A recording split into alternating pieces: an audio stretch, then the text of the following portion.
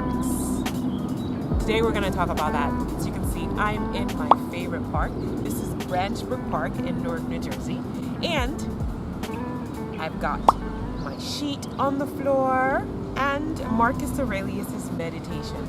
Most of the time when we are winding down, we like watching television, but I also like my pillow. So I'm going to take you through a few steps of what really relaxing is on a Saturday. As we're here with nature, we have the wind and we have the trees all around us, and we can just take a deep breath. But not only that, we've got the energy from the sun, vitamin D, which we all can use to have. Next step, relax. You open your book and you start to read. I have marked already where I've continued to read, but these are actual meditations that have a lot to do with philosophy but spirituality. So we're talking about not only taking in education but feeding our spirit. So everything has to come and calm the mind down. So I'm going to take you to a few more steps. So it's essential when we are close to the ground to feel the energy from the ground. But I'm not going to get cliche because I hate when people talk about the energy and they just take it over the just know that the earth definitely is alive. How do we know? Because the earth provides us with the nutrients that we need, correct? And the earth provides us not only with food, but with oxygen. Not only us, but the birds, as you can hear the birds chirping behind us.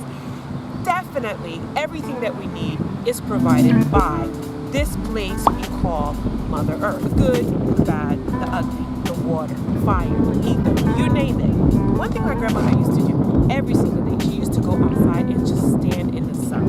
And I remember when we were in Haiti, I used to basically go on top of the house and just relax every Sunday afternoon and just feel the breeze, just commune with nature. You have to let these things happen in your life because there's just too much stress. There's stress in television, all the things you're watching on Netflix, too much dramas, too much mysteries, too much gossip, too much novelas. All these negative things really don't make your body healthy. Let's keep our mind not only positive, but let's just go back to the flow of getting back together with the way God created us to be. Let's get back together to communing again with Him. And there's absolutely nothing wrong with it because it is part of life. A lot of people think if you're communing with God, there's a lot of things you cannot do. They get religious on me. I'm not talking about religious, right? I'm not talking about religion because God created love, God created music, God created sensation. He created the good, the bad, the ugly. Everything has a way that it has to work on the earth where we have to honor the earth. We have to honor each other. We have to honor ourselves. And most importantly, we have to honor Him. So how is it that this magnificent God who created different cultures, who created different excitements, right? Why would that God just completely shut us down? Now, I'm going to explain something to you. The reason why monks live the way that they do is because that's the only way you can actually get within yourself and be one with God. It's basically calming down all the voices that are within and magnifying the voice of God so that they can hear directions for us, for the rest of us, right? So can you imagine if every single person on this earth was a monk? We'd be in heaven, okay? For the rest of us who are not monks, but are living on this earth, you have to keep a spiritual connection with your God. That's the only way that you're going to be able to do it.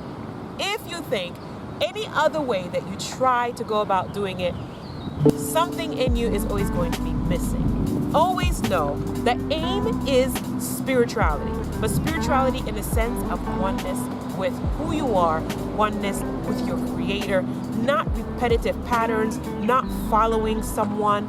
If you have to follow someone, then you become the person's slave. A true teacher will teach you how to be free of them. At one point, you get baby food.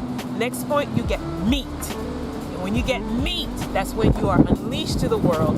And you have to keep your focus that everything you do doesn't become about money, doesn't become about applause, but it truly remains about the why we were created and the reason why we're here. So remember, every time, Saturdays, on your Sabbath, or even on a Sunday, or even if you want to play hooky from work, get a good book, get a nice space, commune with nature.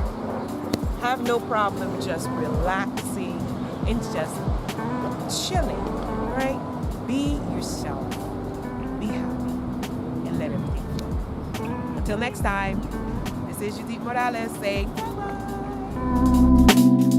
bye-bye.